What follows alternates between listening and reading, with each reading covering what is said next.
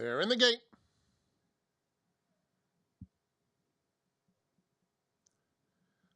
And they're off. War Heroine flies out of the gate and quickly opens up a couple. Sarah Street immediately guided off the rail to chase from second. They're followed by Shamrock Rose, third through the opening furlong. And then it's Gypsy Janie. My Miss Lily is the gray with 5 lengths to make up. And the big filly, Midnight Disguise, is at the back of the pack. They're covered by 7 lengths onto the main track, and War Heroine leads it by 2 lengths. Sarah Street is in second. The opening quarter went in 24 2/5 seconds. Shamrock Rose is in third. And down at the rail, it's Gypsy Janie. Now moving up, taking the third spot. Behind them, My Miss Lily is 5 lengths off the pace.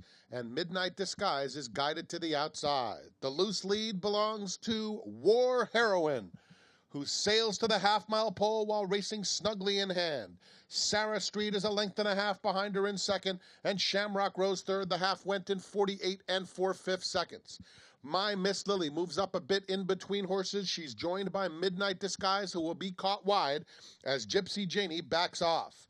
Heading to the quarter pole, War Heroine has been in complete control throughout. Sarah Street second. My Miss Lily guided, trying to find room between horses. As the field turns for home, the whip comes out on War Heroine, trying to finish the job. She's got a host of pursuers. My Miss Lily desperately seeking room, gets shut off by Sarah Street, who's up to take the lead. Midnight Disguise is finding her best stride in the center of the track. Sarah Street the leader. Midnight Disguise, this big, imposing filly, takes off late, and Midnight Disguise wins the Busher going away.